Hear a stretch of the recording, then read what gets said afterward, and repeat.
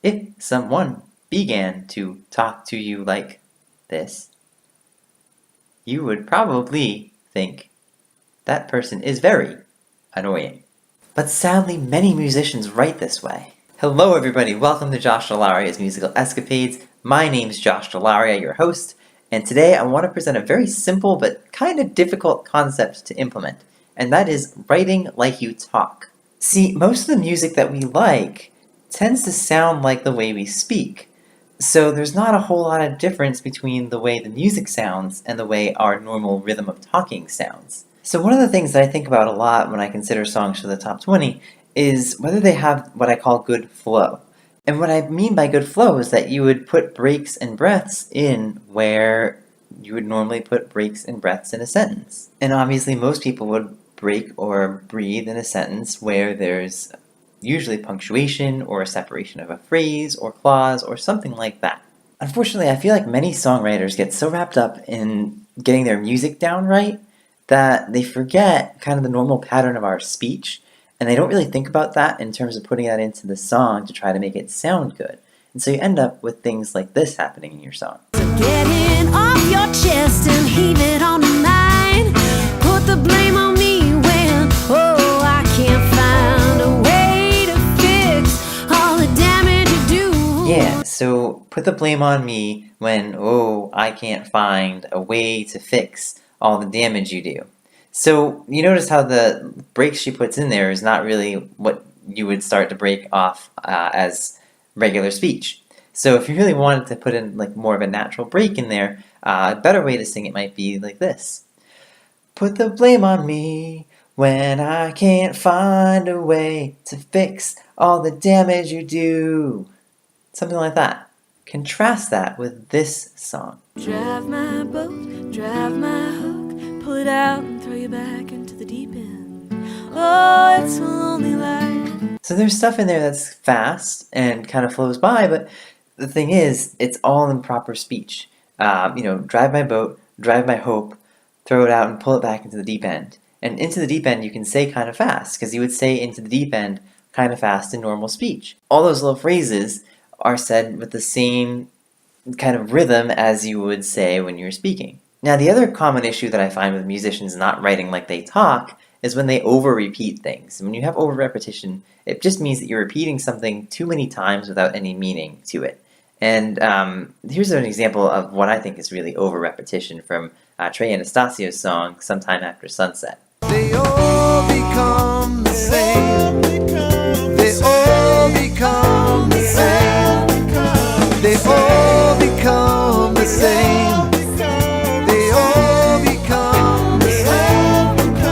They all become the same. They all become the same. Yeah, see, I don't think there's any point in repeating that 6 times. It's just like, there's something else you could put in there. And when you repeat something like that, it really just sounds like an annoying broken record over and over and over and over again, burying in your ear. Now, I know there are a lot of artists who will do that with particular words because they're trying to get the words buried in your ear. They're focused more on the words than they are on the actual song. And so that works in some songs, but not in this one, I don't think. So, it all kind of depends on your situation. The point of repeating something in music is the same point as repeating something in normal speech. You want to repeat something in order to emphasize it so that if it's important, it stands out to your listener, so that your listener gets it. But it doesn't necessarily take 6 or 7 repetitions for your listener to get it. So here's one where the line is repeated only basically twice in the chorus, if you want to think of it that way, but it's repeated one after another once. This is Jill Andrews' song, Sweet Troubled Man. Hold on tight, this time won't last. I won't let you go so fast. Take another breath and keep on trying. I won't let you go so fast. I won't let you go so fast. Yeah, see, that second repetition of I won't let you go so fast, it just kind of emphasizes the point again, and then she doesn't repeat it again at that point for a little while anyways. But it's to make sure that you got that sense of desperation that second time through the chorus. And that's actually her second iteration of the chorus in that song, I should mention. But it's to make sure that you get that sense of desperation that she's trying to convey. And it wouldn't come across quite as well if she'd only mentioned that line in the 2 times that she did in the chorus, the first 2 times, and not the third time.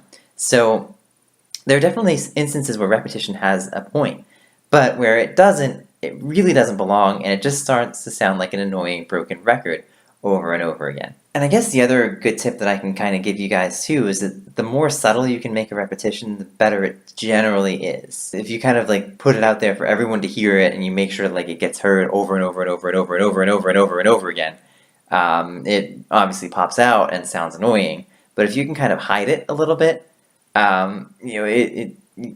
people might not catch it right away, and then when they do finally catch it, they go, "Oh wait, I didn't notice that they were repeating that. That's kind of cool." Now, I'll bet some of you instrumentalists out there are sitting here watching this and saying, "Oh good, he's not talking about instrumentalists, he's only talking about lyrics here, so this doesn't apply to me." Phew! Yeah, not true.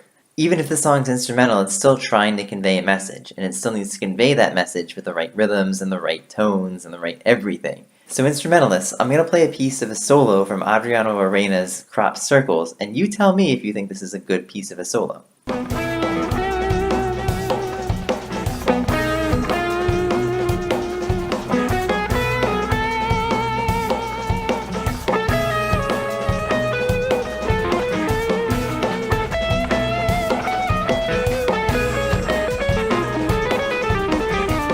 Yeah, did that sound good to you guys at all? To me, it sounds really repetitive and kind of like a broken record.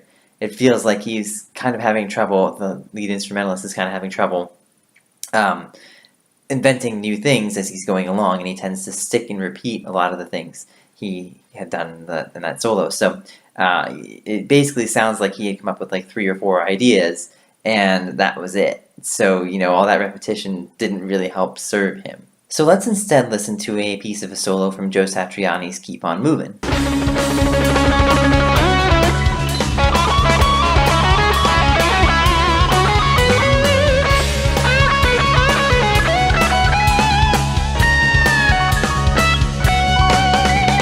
See, Joe's actually using a lot of little phrases that are not all that long, not too many notes. Some of them have a lot of notes, obviously, but they sound more like clauses to a sentence. And after he finishes his little phrase, his clause, he stops. And that's like taking a breath in a lot of ways. So it sounds more like natural speaking in just musical terms. Obviously, there's no lyrics there, but just in thinking about music, it sounds like it has more of the rhythm of natural speech. So you can consider this very similar to any other type of rule that you would have in music, like especially in music theory. And so sometimes a particular note is not suitable for a particular situation, but you use it anyways because it sounds good. It's the same thing with this. Like, you can break the rules if you want to, but you're still going to make the music sound good. And the last thing I gotta say to you guys is that I know this is kind of simple, but I also know it's not very easy, because I know it's hard to find the right words to fit into the right situations, and sometimes they just aren't there. And so it's kind of hard because, you want to put the right words in there, but you want to have this cool rhythm or this cool melody. You want it to be, stressed the way you have it, and it's kind of hard doing it that way. So I do admire you all for trying to put together something that sounds really good and has some good flow to it, and still trying to get a really good point across. Thank you all for watching. If you do want to listen to any of these songs in full, I'm going to link them in the description below. And if you guys like this kind of stuff that I'm doing, some of these kind of more opinion videos, definitely let me know down in the comments, and I'll try to get more of them in.